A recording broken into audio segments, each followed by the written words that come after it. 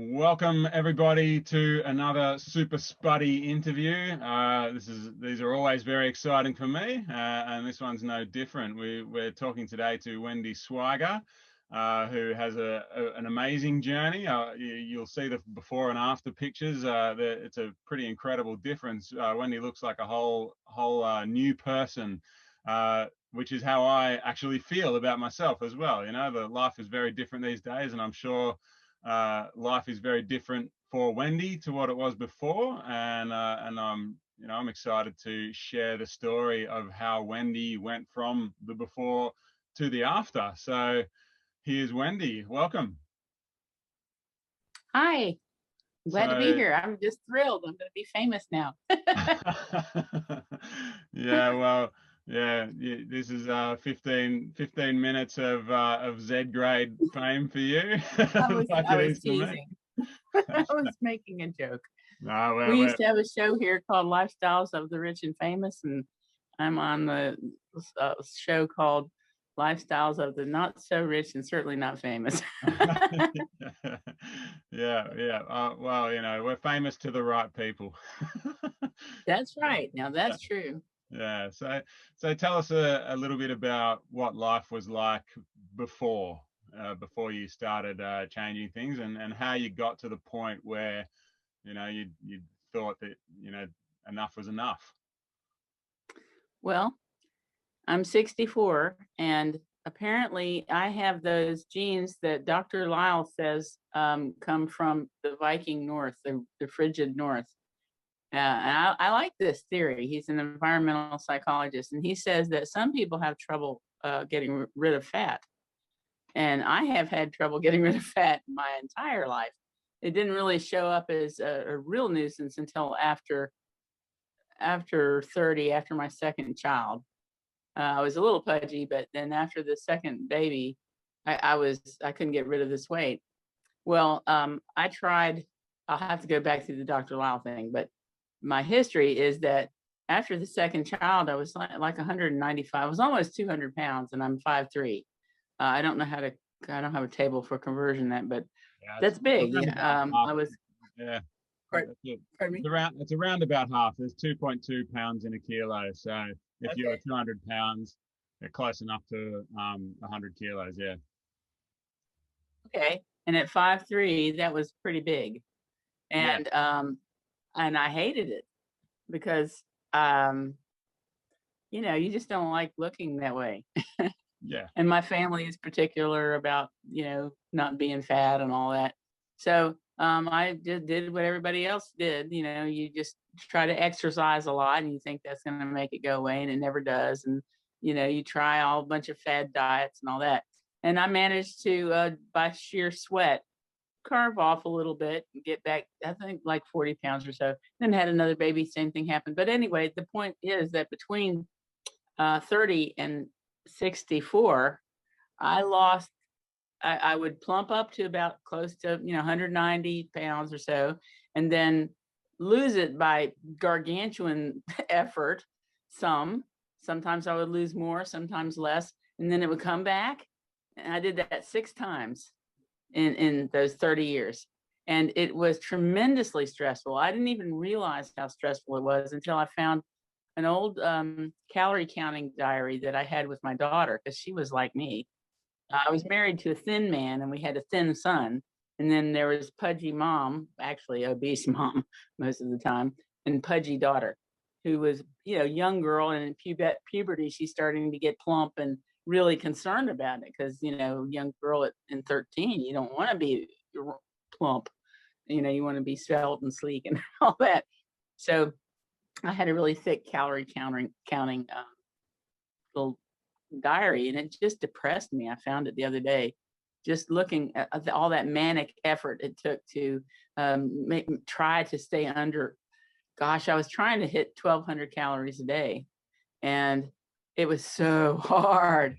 And at the end of so many of them, it would say, "Oh, I missed today," or "I bombed out today. I ate that piece of cheesecake," or "I had a cheese cracker," or some kind of thing like that. It always involved cheese or sauce or some kind of thing I couldn't resist. And it was just sad. I tried everything, and then finally here I am in my 50s, and divorce was evident with was imminent, I meant to say, with my first husband. And we were just really unhappy, and I was really, part of my unhappiness was the fact that I didn't like myself. I didn't like the way I looked. I felt like a slug. I was working all the time. I was tired, and I didn't feel good because, I was obese and I had chronic signs of heart disease. I didn't know it at the time because we didn't have consistent health insurance, and I didn't go to the doctor frequently. We only happened to, once in a while something would happen and you'd have to go get your blood labs done. And so I had these sporadic blood labs, but in that whole period, the signs of chronic high blood pressure, high cholesterol, sugar was okay, but those two, and I was obese all that time. And then finally was divorced about 11 years. How long has it been? 11 years ago. In 2009, I was divorced. And there I was at 52, obese and very lonely, and actually depressed. I really didn't want to live at the time. I was actually suicidal. But I had children, and I just could not justify running my car into a telephone pole because I couldn't leave them like that. I wouldn't, that's why I was thinking about the telephone pole. If I were going to do it, I wanted to do it in such a way that they would know that I had committed suicide, because I would never do that to my children. It would have to look like an accident or something. Yeah, I've had that. So those are the thoughts that were going on in my mind. Pardon me? So I was just that hits to me, because I've had that same thought myself about, crashing into a telephone pole. Yeah, that was because nobody would know. Yeah, it wasn't something I ever seriously contemplated, because there's no way I wanted to leave Mandy, and I only had one kid at the time, Teddy. So it was never really an option. It wasn't, I never got close to it or anything. But I did have the thought a few times that, if it was never like I want to do this now, but it was almost comforting to me. It's weird. It was almost comforting to me that it was like, if this gets a lot worse, if life gets a lot worse, at least that's an option. Like, that was sort of a, it's a weird way to think, I guess, but thinking that way just is, it's maybe it's not as unusual as we think it is, but yeah, it was weirdly comforting to me that was there if I needed it. But yeah, I never did, Yeah, that's so you understand kind of where my headset was at the time, because I'd lost everything. I didn't have a home. I was homeless. Didn't have a home. I had $20,000 to my name, and that was going to burn up really quick.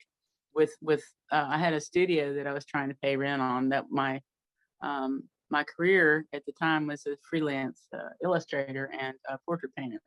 And so I have made not very much money, because I had 2 children to raise, and I did everything. I did everything else. Yeah. I mowed the lawn. I did the kids. I did everything else. And then I would try to work after a 50-hour jobs of that, 50 hours a week. I had illustrations to do. So I went without sleep a lot, and I pulled all-nighters a lot, at least 2 times a month there for a long, long time. I would work all night, do the mom thing all day, and then work all night, and then deliver the art in the morning, and fall in the bed at, maybe 5, if I could get husband to watch the kids, and, some leftovers or something like that. So I was, and where am I going with that? But sorry, I interrupted you there. Well, I was unhappy. You're asking. I was very unhappy with myself, and I had yo-yoed up and down for these, 40 years roughly. You were asking me how I got to where I was. Yeah. And then I was divorced. 10 years ago I was divorced. Had nothing. I had no home. I had no job. It ruined my career. I had no idea what am I going to do? Am I going to start trying to rent something? Well, I have to have a minimum wage job, because this is all I do. Is this? I can do artwork. I'm a trained illustrator with a lot of work into my name in famous magazines and things like that. or I could be a greeter at Walmart. I mean, that was my option. I couldn't, with my career ruined, I wouldn't be able to keep working. So it was a bad place. And I decided then that there must be someone in the world who would love to have a wife who would do all the wonderful things I used to do, to take care of them and all that. And I thought, and I was thinking of these men that I know that are all by themselves. It's so lonely. And I thought, dang.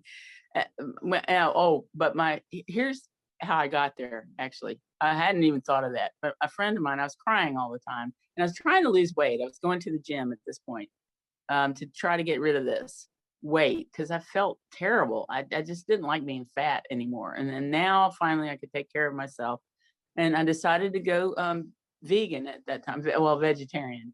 I didn't know anything about how cheese is made yet, so I thought, well, I'll keep my dairy. But I got rid of meat because I always wanted to do that, and I wasn't able to do that in a marriage with a hardworking man who needed to have, you need to have a manly meal. So we couldn't really do that. But now that I was divorced, I could try that. So I did, and so I decided to. I was trying to lose weight. I lost my track of it. So I was trying to lose weight at the gym. Oh yes, but I was really depressed because of all of these compounding factors. My life was in a mess. I'd lost everything. I was thinking about suicide and all that. And I loved my husband. I was crying for the loss of my marriage. It was horrible. So I had a period where I cried for 3 or 4 days straight, complete crying all the time. And I was just sick. And a friend of mine said, you need to do online dating. It'll distract you. And I thought that's really gross. I mean, I'm of the age where online dating was like a creepy idea. So, but I thought, well, I was having these suicide thoughts, and I thought maybe I should do this. And she said, oh, you do that, and the guys will tell you how cute you are, and you'll feel better, and it'll be good distraction. So I said, okay, I'll do it. And it turned out to be an excellent exercise because I had to sell myself, which means instead of thinking about all the things that are terrible about me that I had been told in a bad marriage and assumed and believed myself, I decided that I would listen to myself and examine myself and find out what kind of positive things I have to offer.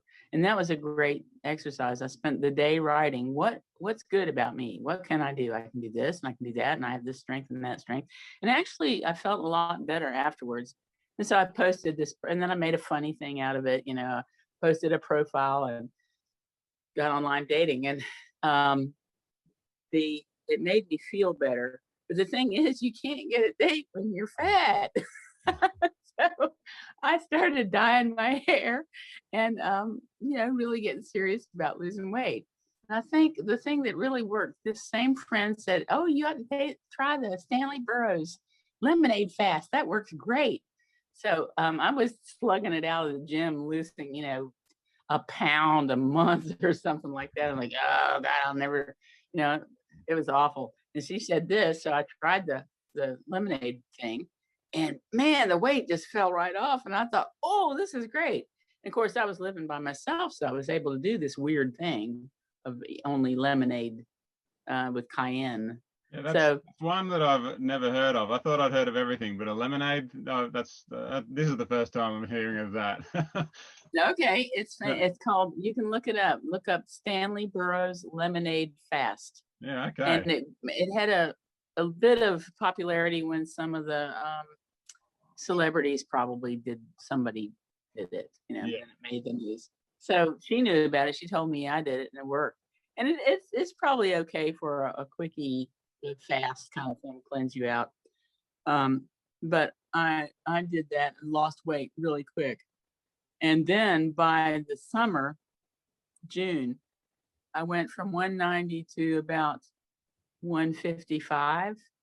And that was the lowest I had been in years. And I thought I was Twiggy. I don't know if you know who Twiggy is, do you? Yeah. Okay. I mean, I just felt like a big boulder had been lifted off me. And so, that was more than I weigh now. So it gave me a huge boost of confidence, and I began the online dating thing. That's when I thought, well, surely there's somebody out there who's lonely like me, and I will be able to find that person. That's a long story about how that went. But the bottom line is I found Alpha Geek back there online about 10 years ago, or 2010. I can't do math, so that's 11 years ago. Yeah. And we dated for 2 years, and then we got married, and it's been a wonderful marriage. I'm very, very happy. But in that period when I was dating, once we got found each other in the fall, I think I dated from June until September, and we found each other in like August. And I really liked him, and so I moved in with him fairly like the fall. And then after that Christmas, the weight started coming back on, because now I'm not doing the thing. I'm living with, my person and cooking meals and all that stuff. So the weight started coming back on. And, I could feel it coming back on. It was awful. So I would avoid the scales. But then, I'm like, wow, I'm gaining weight again. What to do? So I tried a cabbage soup diet. That was one I did. And it was too cold to do the lemonade fast. It's really all I knew was how to do fad diets. I didn't know what to do about weight gain. And sure enough, within a couple of years, I'm back up to 191 pounds again. And so I did a few more crazy diets. And back in the past, back in 2000 or so, I had even done Atkins. And I only lost 30 pounds on that. Yeah. And thought that was the bomb. I thought I was, but I just couldn't maintain this. It's just too gross, all that fat. But anyway, the point is that I had lost weight 6 times, significant weight 6 times. And all in between, there were periods of great strain, tremendous effort to lose that weight. And then you just get tired of it. You eat normal food like everybody else, and you gain weight. And so I had given up. In 2019, I woke up to find myself almost 200 pounds again. And I was really uncomfortable, and I was tired, and I was 62. And I remember telling my husband, it was a cold winter day, and I curled up I was sitting on the couch, and I said, I feel like a little old lady ball curling in on myself.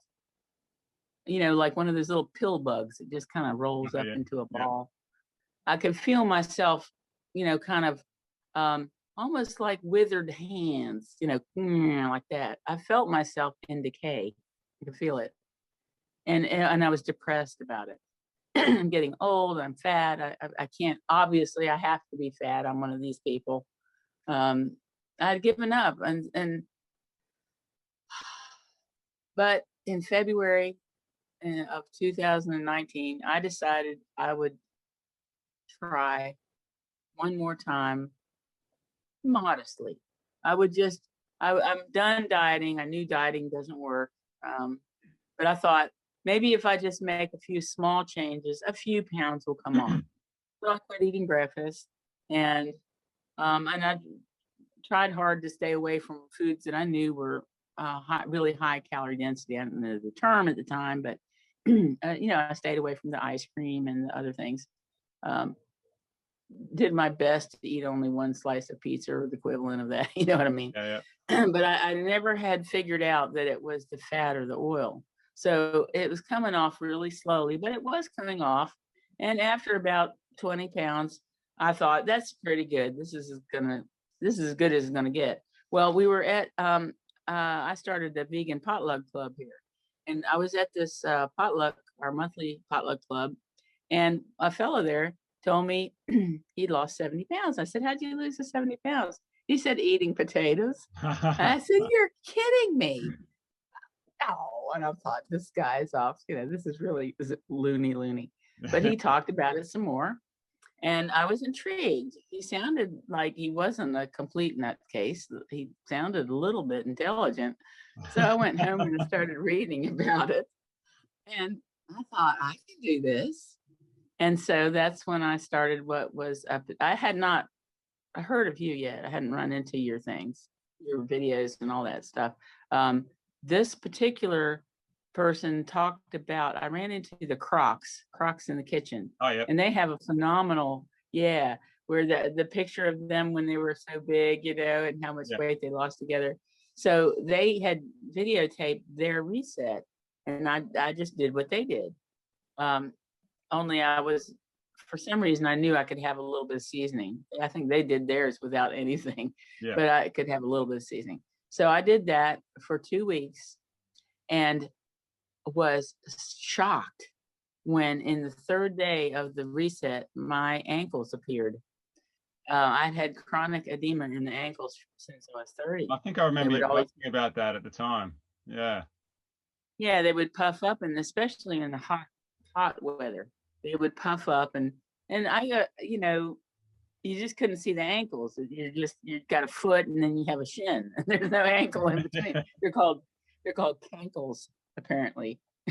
Your calf meets your ankle. So, I had ankles, and then somebody had told me they felt dizzy, and I thought, I feel a little bit dizzy. So I ran down the hill to the doctor because she's close by, and she took my blood pressure, and it was like 120 over something. Now, I was on blood pressure meds at the time, but that was a huge drop. It was usually higher than that on these meds, and I was feeling a little dizzy. So she agreed that I could cut them, and I just took them out, actually. And then when I had my blood, what? Now, after only a few days, it's a few, 3 days, 3. Yeah. And so so then I lost quickly during the reset, and then after that I started eating the whole food, no oil thing, because by then I had figured out who Dr. McDougall was and had read the starch solution and that. So I understood really that it's about the oil. All these years I've gone along, and I thought I was pretty up on nutrition, and I thought I was pretty intelligent. And I don't know why I couldn't figure out it's about the fat and the oil.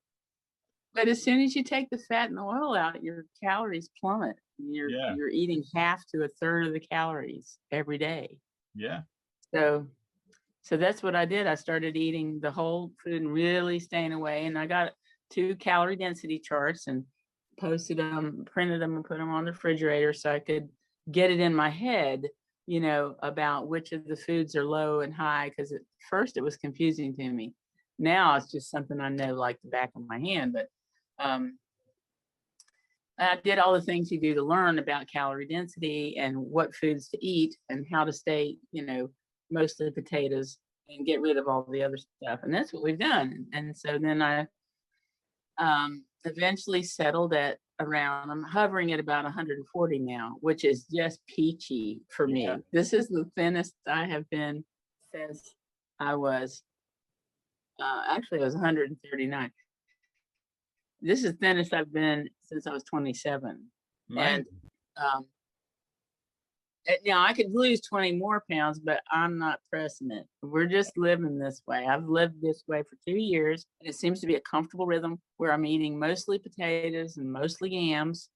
And then because we are both reversing heart disease, we eat a tremendous amount of vinegar greens because that's what Dr. Elston requires. Yeah. So we do that. And that's pretty much mostly what we eat. We eat a little bit of this and that on the side. Yeah. And I'm trying to, bring back in, once in a while I get the broccoli and I steam it, and we get, roasted beets and some other things. But most of what we eat, we're both very happy just with potatoes, pretty much. Yeah, potatoes and grains. It's a wonderful thing. I don't even eat grains. Greens. You said greens. Yeah, greens. Yeah. So probably my accent is a little bit confusing. No, it just sounded like grains, and I used to like grains, but it's just actually I'm pretty busy during the week, and so I batch cook on the weekend. I just don't want to introduce too much more than that. Potatoes are so easy, and I like them. Yeah, you get comfortable, like you said, you get in a rhythm, and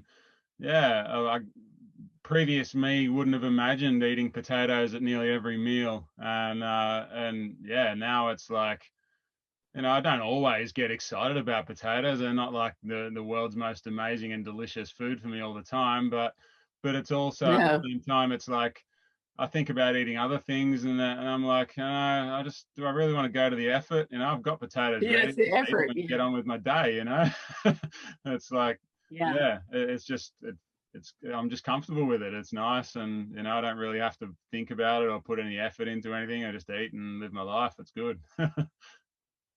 The thing that I was getting ready to make a post about this today. I have, let me see where to start on this. I've started two Facebook groups because so many people were asking me all the time, "How'd you lose all that weight? Wow, you look great. How'd you do it?" And I wouldn't be able to tell them in 2 sentences. Yeah, So I started a Facebook group and I put all the before and after pictures in there, and I put the Crocs video and all the stuff that was helpful to me. And also the fact is, for the last 2 years, I keep my head in this. My head is in the movement, the whole movement. I'm in your Spud Fit Challenge. I'm in a couple other groups. I'm reading every day. I read something or listen to a YouTube or something that has to do with this lifestyle. And I really love the super spuddies, and I love all the stories, inspirational stories of people who have lost, a couple 100 pounds doing this. I yeah, just get so excited, and all the things all the benefits they get from it. That's what's, I mean, the weight loss is great, but the benefits, that's the thing that's just stunning to me, and I just yeah, love it. So every day I read something, and then my other group is a vegan group. It's really there for me to I'm trying to show people things that I like that are good about eating vegan, because I really want people to quit eating animals. yeah. I mean, the torture is just, I know you can't talk about it, and you can't, it's not polite. That's So, but I talk can't about it stand here. it. That's fine. It's a big thing for me too. I've been vegan for a long time. I guess lots of people don't know my story, and I haven't really shared it that much, so that's fair enough. But yeah, I was vegan for uh, maybe 9 years. I think 9 years before I did my Spud Fit Challenge, and I was vegan for animal rights reasons, and you know I managed to get morbidly obese as a vegan who just didn't want to kill animals. That was the only reason I was doing it. So yeah, I get that, and it's dear to my heart. So yeah, it's a big part of what I do and why we live this way. But also, you know, we're vegan for the animals, but we're plant-based for ourselves and for the environment, you know. Right. So yeah, so it's a big thing. Now there are, in your initial sort of story, there were three sort of points that you made that stood out to me that I think would be helpful if we go over them a little bit more for other people watching. So the first one, well, let's start with what I consider the least important of them, and we'll go to the most important. So the first one was about exercise. Now that was a big thing for me in the past as well. I'm a former elite athlete, and you know my work ethic as far as exercise and training, and you know my ability to tolerate work as far as exercise goes is probably more than most people. You know, I could be quite comfortable getting out and training hard for 4+ hours a day, and I'd be comfortable with that. But you know, I tried so many times to lose weight, and even with that, an incredible training load, sometimes I could lose a little bit of weight, but not that much. And yeah, I think that was an important realization for me that exercise is not going to get the job done in the end. So how did that go for you? You know, you mentioned that you tried exercising a lot, and you know, how did that go Mhm. for you when you realized that exercise is not the thing? Oh, well, yeah, the exercise thing, I had done that all the way through. All those times that I gained and lost weight, the six times in my life that yo-yoed. And there was a point about 15 or 20 years ago when I had a gym membership, and I have had many gym memberships, Yeah, and I had done a lot of strength training and weightlifting, and I could do 25 flat backed man style push ups at 178 pounds. Wow. Now, I wasn't losing weight, but I Yeah. was getting stronger under there, Yeah. Yeah. you know, but I was very frustrated because I wasn't losing weight. So, I mean, I even considered diet pills. It was awful. I just finally just gave up. But no, the exercise doesn't make me lose weight. It makes me feel better and That's an makes important my point. muscles work better. Yeah. That's an important But point because I do think exercise is important. But usually I tell people when they're starting out at this, I usually tell people just forget about exercise for a little while. You just don't need to worry yeah, about it. It's not important. You need to, just get the diet right, get the food right first of all. yeah, And yeah, then that's the thing. there'll come a time when your energy comes back and you start feeling much better, and you've got all this surplus energy that needs to be burned, and that's the time to get back to the gym or get back to your walking or running or whatever it is, cycling, whatever it is that you want to do. And exercise is important for lots of reasons. There's lots of physical health benefits to it, good for your cardiovascular system, all of this. But to me, the most important thing about exercise is like you said, you just feel good. Like I feel like, yeah, if I've been exercising, then I just feel like I'm a better person. I'm happier. I'm more fun to be around, and it just improves me in lots of ways. So yeah, exercise is important, but in the beginning, just put it to the side. You can come back to it later once you get your diet sorted out. I think that's a Yeah, big one. once you're losing weight, you're starting to feel good just from that, and you want to exercise, and that's the time to exercise because Yeah, you want to, not because you should, yeah, you know. exactly. So, um, so And, yeah, that's how exercise was for yeah, me. good. Yeah, and now the second point that you made that I wanted to touch on again was your little story about the calorie counting book that you had, and I've been there as well. I think probably everyone who's overweight and doesn't want to be has tried counting calories before, and yeah, to me that's an interesting one because if you can successfully count calories and stay below whatever your calorie target is, then you will lose weight. It's simple maths. If you eat less calories than you burn, then you're going to lose weight. And yeah, it works. There's no doubt about it. Doing that works. But the problem for me is that it doesn't do anything to change the obsession with food that we have. That's the way it was for me. I was obsessed with food, and when I was trying to count calories, I remained obsessed with food, and sooner or later that obsession switched from counting calories back to trying to eat more calories. And the Oh pressure and yeah, all that, and then you and go binge after a while. You so, restrict, and then binge. yeah, exactly. Yeah, yeah. So to me, the way past that is to get rid of the obsession rather than you know trying to refocus the obsession to another part of it. Let's just try to get rid of the obsession entirely, and stop thinking about food so much. So yeah, Yeah. how did that go for you? The ditching the calorie counting part of it. Um, well, as you said, the calorie counting just doesn't work. It's sort of like it's really trying to live doing Lamaze breathing. You just get tired of it after a while, and you gotta have to breathe normally. You can't go around going, you have to breathe normally. And Yeah, doing any kind of weird diet, whether it's and the calorie counting is so tedious. Even now, today, before internet apps, good Lord, it took so much time to try to do all the math to figure out.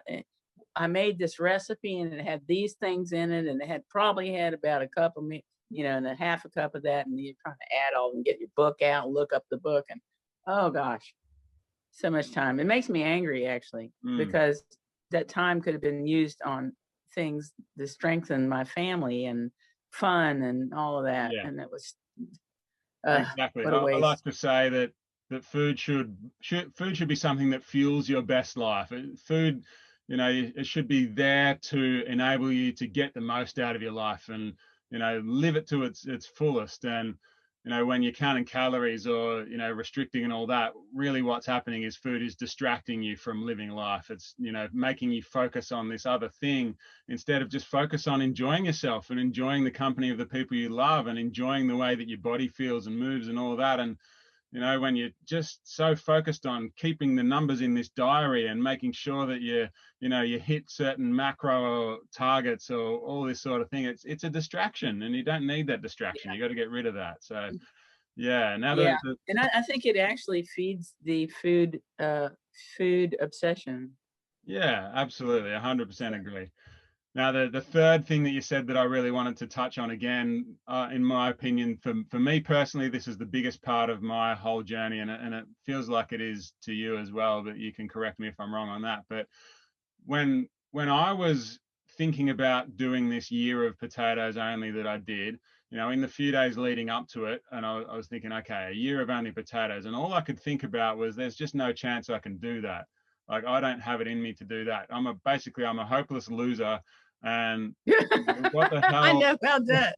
Like, what the hell am I doing thinking about eating only potatoes for a year? I have no hope of this. I've failed at everything I've ever done, as far as, diet wise goes. I failed at everything I've ever done. All I've ever done is lost weight and put it on. I can't stick with anything.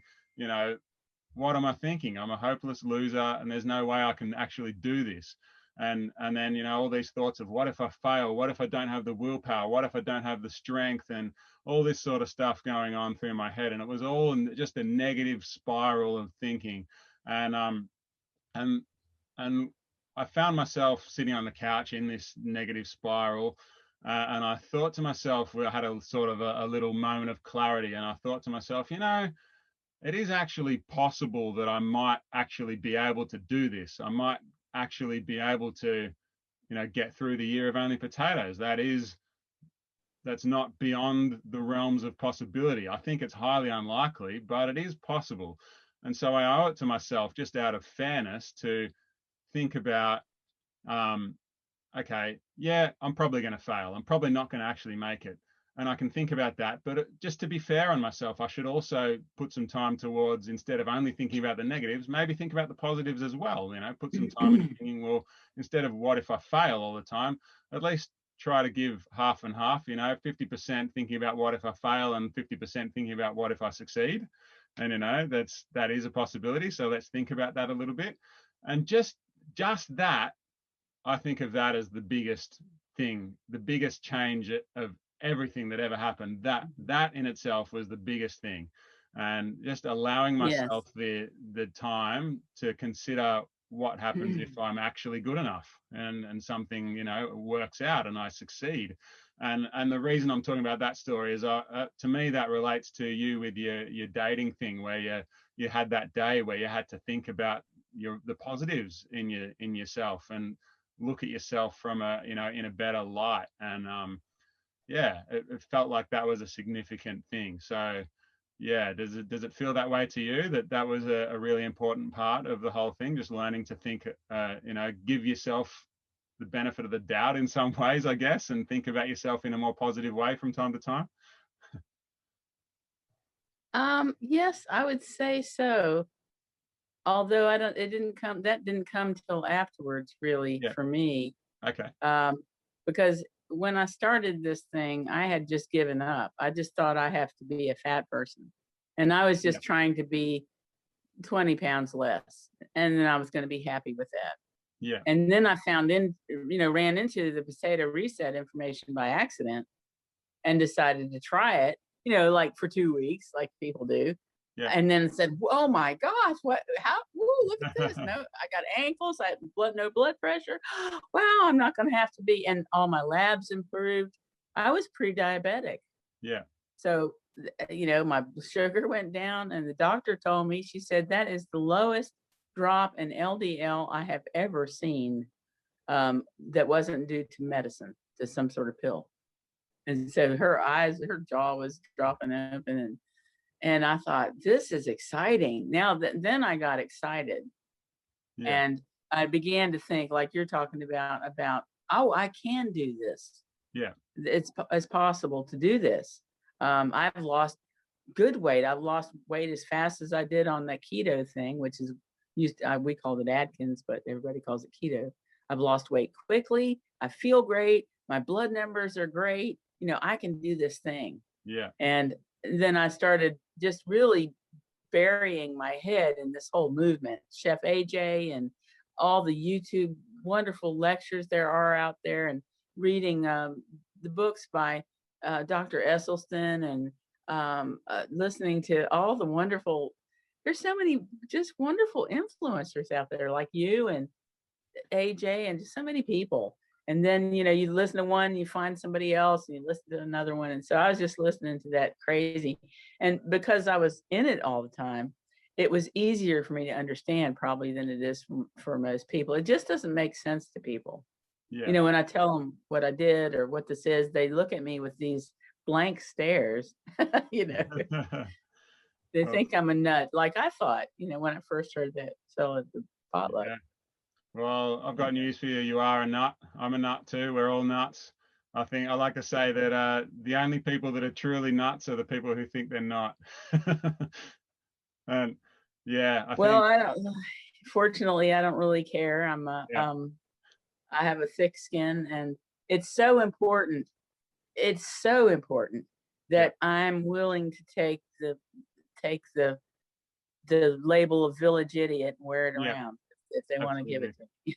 to me. Yeah, me too. I hear you on that. It's really important. You got to just, yeah, you got to accept it. That's why I like to say, yeah, yep, I am nuts. I'm weird. I'm crazy. Yep, I do something that's unusual and out there and whatever. I'll wear all that happily. That's fine by me. If that's the way you want to label me, that's totally okay. Um, Now, uh, you said I could ask you a question, so yeah, I go just for it. thought of the one that Go. I've been thinking about, because there are a lot of things that are hard about this diet. The first thing, well, I'm going to go off on a sidetrack for a minute. The first thing that's hard about this diet is the decision to do it. That's the hardest part. You have to pry yourself away from your drugs of choice, which is the favorite comfort foods, and decide to divorce them and do this the crazy potato reset. So that's number one that's hard. But the second thing that's hard, and then you do it and you get excited about it. Now it's starting to go downhill, and you're getting momentum, and you love it, and you're doing it, and that's good. But it's depressing because it's so weird and it's antisocial. You don't know how to handle the social pressure. And all of a sudden, your family thinks you're weird. Your best friends think you're weird. You just, nobody understands. And there's all this psychology going on, this dynamic thing. That part is really, really hard. So I was going to ask you, how do you handle your family? Surely, I mean, if you're a normal person, which you seem to me like you are, surely you have family members and significant people in your lives who just think this is ridiculous, or they're not going to have anything to do with it.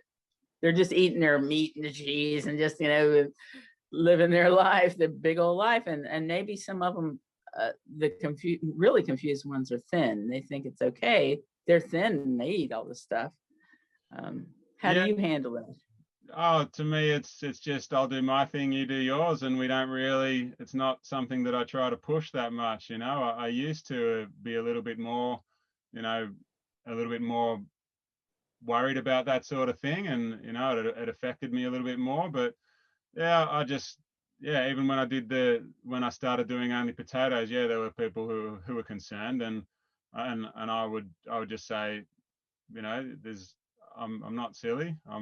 If something goes wrong, then I can always eat other food. I'm not just going to keep on eating this way until I die. Like if it kills me, of course I'll change if I get sick from doing something, then I'm going to change, relax. Everything's fine. You just eat your way and I'll eat my way. And, there's just, it's totally unimportant to me. Well, it's not, I shouldn't say it's unimportant. To me, it's very important that we eat in a way that supports our health and that supports the health of the planet, and that it's good for the animals and all that sort of thing. But I also recognize that people change by coming to it on their own, really, and by you're more likely to change people just by leading by example rather than having trying to be hard on people and things like that. So I really just take it easy these days, and if people want to challenge me on what I eat, then that's fine by me. Let's have a conversation about it. I'm more than happy to have a conversation with anyone who asks me in a genuine sort of way. If they want to, you know, have a conversation, that's great. But if they want to challenge me on it and, like, you know, say, no, you're wrong for this, I just say, you know, just you do your thing, I'll do mine, and that's okay. You know, I'm not. That's a good way to handle it, because that's some deep waters getting into that stuff. Yeah, because there's always a study somewhere that somebody can point to that says the opposite. Yeah, So and what can you you know, do? if we break it down, and you know, I'm experienced with science, and I have studied it at university level, and I know how to break down studies and, you know, figure things out. And you know, if somebody comes to me in a genuine way and wants to learn, then, you know, I'm happy to help talk to anybody about it. But if it's just, you know, I'm right and you're wrong because of this, then, you know, okay, just go and do your thing. I'm not, you know, you're not my target. You'll come back to me when you're ready. Well, it was a problem for me. I'm Yeah. not blessed with your, well, of course, I'm new at this too. You've been at it for a while, but for me, I wanted to tell people, because it just breaks my heart to watch, like, you know, you watch people all around you who are suffering, and you know what the answer is, you know how they can fix it. Yeah. And I feel guilty for not sharing what I know. Yeah. That's Go for the a low-hanging problem. fruit. The people Well, that come to you and ask for help, they're easy to help. So give them the help, and yeah, the other people that don't do that, just leave them alone. That's the way I yeah. approach it. Yeah, Yeah. that's the best thing to do. Yeah. But And the sooner or thing later, is, for people, you know, from your Mhm. own experience, people will see you and go, wow, Wendy's doing so great. She's looks so healthy. She's lost so much weight. She's got so much energy, and she's so happy and positive. You know, I want some of what she's got. Hey, Wendy, how did you get this? And then, yeah, great, I'm ready. Here I am. Here's all the information. And, you know, Yeah, those but people here's will what come to gets me. Here's what sticks in my craw. As soon as you tell them what you did, their eyes roll back in their head and they go off to La La Land. I mean, they don't believe, it's like, you're a nut. You're just you. Yeah. lucky.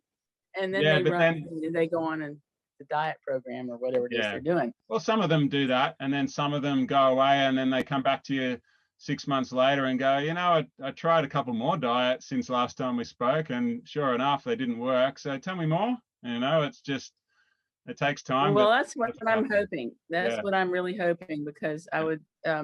I'm thinking of the couple of people that are, you know, dear to me. And one of them she's going to die soon if she doesn't do anything about it. I did my best to tell her, but she didn't want to hear. Mm. So I left her. I'm leaving her alone now. She didn't want to know. Yeah. So, Yeah. but the thing is, what I was going to say is, the two groups I've started have been really helpful for me mentally in that way, because I can vent in the groups. The Yeah. one group, it's called Wendy's Potato Reset, and that was the one I made so that I could have a quick pocket answer to people who ask me, how did you do that?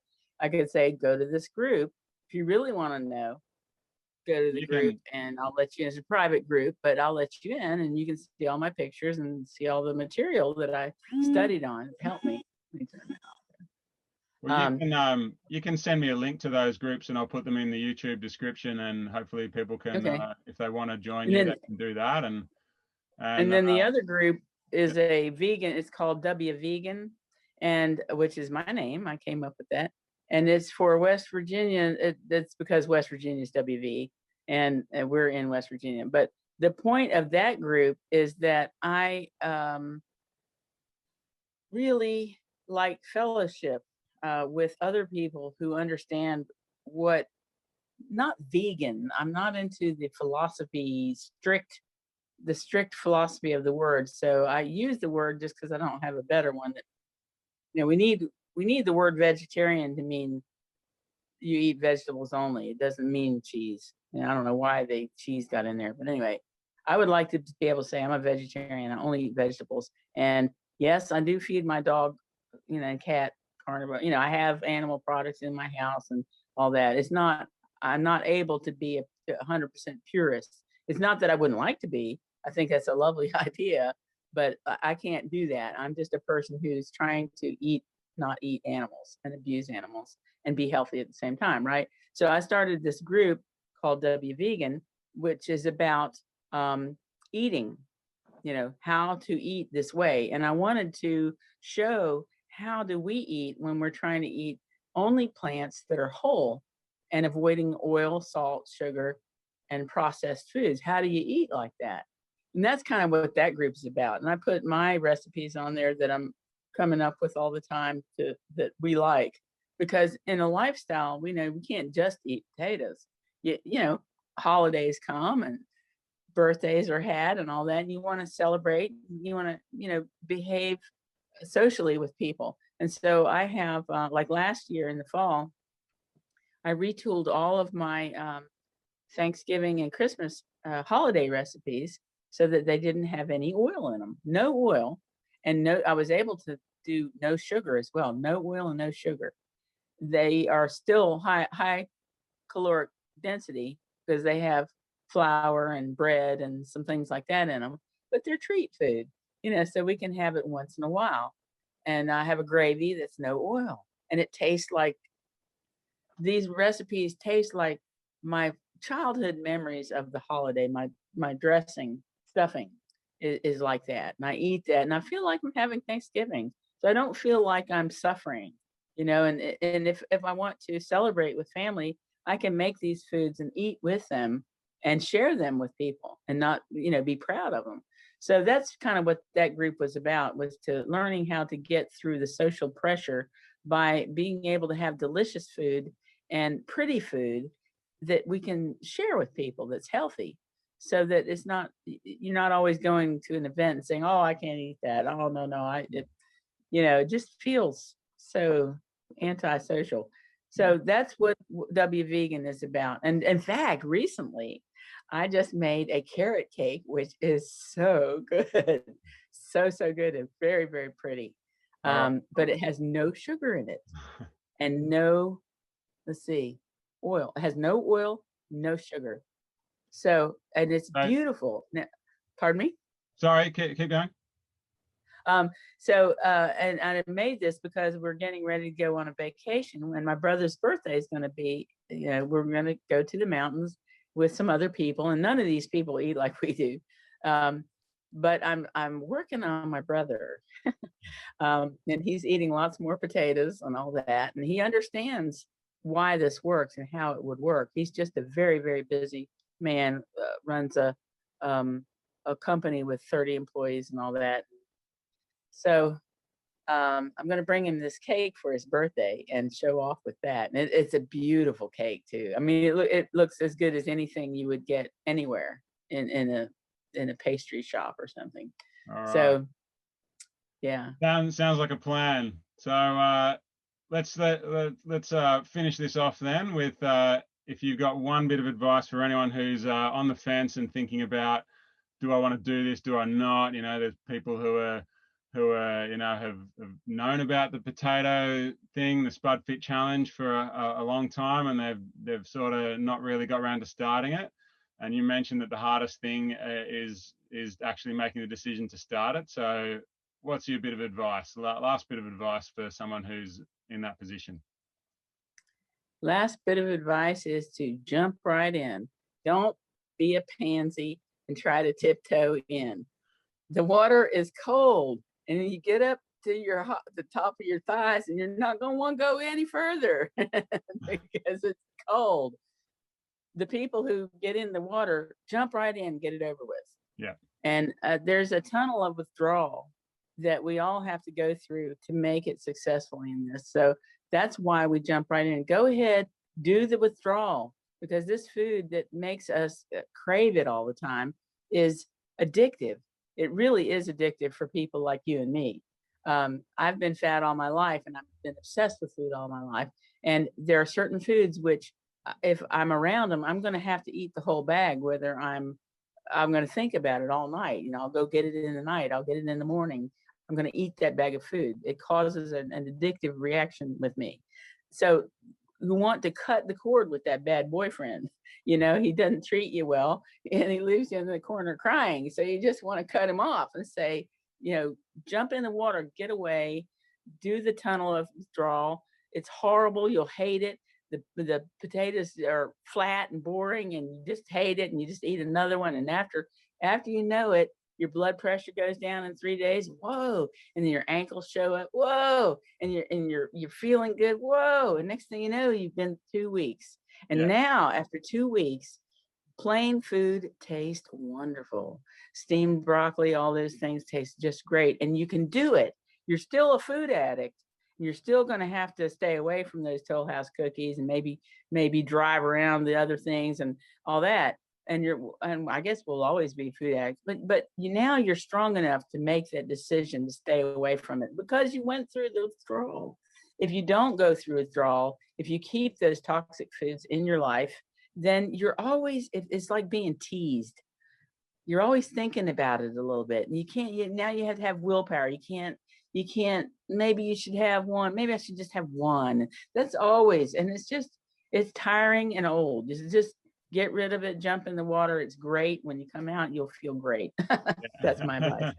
Well, that's a beautiful way to finish it. And I 100% agree with all of that. So, yeah, thank you for sharing that. And if people want to find out more about Wendy's journey and want to interact more with Wendy, then you can join those 2 groups. And if you send me a link to those, then I'll put them in the description, Wendy. And yeah, other than that, you can also join the SpudFit Challenge. Just go to spudfit.com and sign up there, and you're welcome to jump on board the Spud train with us. So there you go. Thanks to Wendy. I hope everyone has enjoyed that interview and enjoyed the stories, and I hope everyone is inspired to do something better with your own life, and to start using food as fuel for fueling your best life and not to distract you from your best life. That's ultimately what we want here. Food should be something that contributes to us rather than taking away. So yeah, thank you for sharing, Wendy. Thanks for being our latest super Spuddy.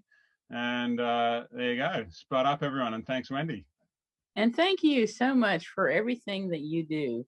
It's just, I'm so glad that I wouldn't have the energy to do the things that you do. I'm just trying to run these 2 little groups, and that wears me out. But how you deal with all these people, I don't know. So I'm so glad you are, because we are going to change. We're going to make a real change by just if I can get 2 or 3 people to do this, then they will get some other people to do this. So I'm just so glad you're getting lots of people to do it. So yay. So thank you. That's what it's all about. We're changing the world one potato at a time. Yeah.